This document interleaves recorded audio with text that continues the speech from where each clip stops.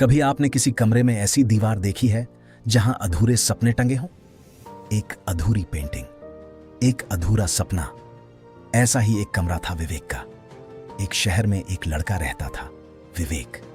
वह बहुत होशियार था, पर एक समस्या थी।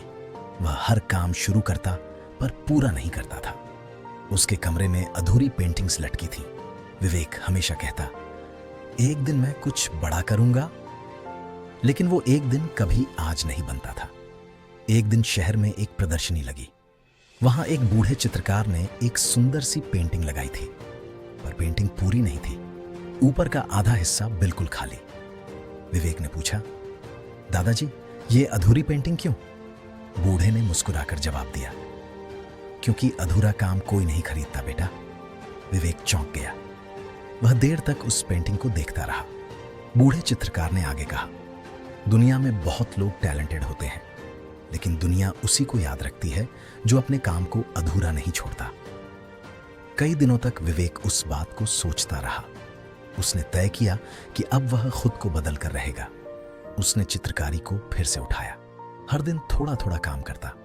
कभी मन नहीं करता तो भी बैठता, ब्रश पकड़ता, क्योंकि उसे पता था लगातार किया गया छोटा प्रयास बड़े चमत्कार लाता है।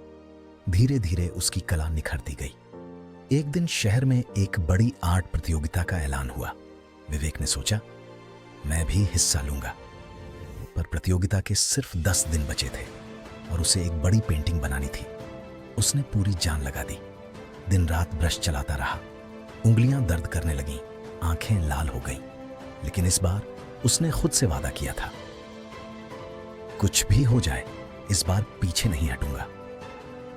प्रतियोगिता से एक रात पहले उसकी पेंटिंग तैयार थी। उसने पहली बार कोई काम पूरा किया था।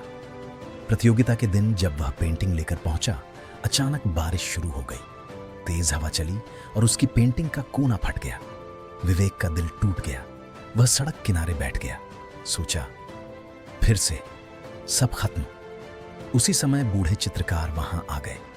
उन्होंने देखा कि लड़का रो रहा है। बूढ़े ने पेंटिंग को ध्यान से देखा और बोले, यह पेंटिंग खराब नहीं हुई बेटा, ये और खूबसूरत हो गई। विवेक समझ नहीं पाया। बूढ़े ने कहा, जिन्हें दुनिया महान कहती है, उनकी पहचान उनके परफेक्ट काम से नहीं, उनके अधूरे और टूटे हुए प्रयासों से बनती है, क्योंकि उन्होंने हार नहीं मानी होती।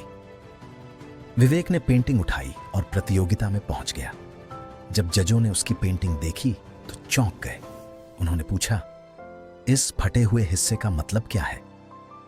विवेक ने जवाब दिया, जिंदगी की सबसे सुंदर तस्वीरें हमेशा थोड़ी टूटी हुई होती हैं, लेकिन पूरा करने की हिम्मत उन्हें महान बनाती है। उसकी बात सुनकर पूरा हॉल तालियों से गूंज उठा।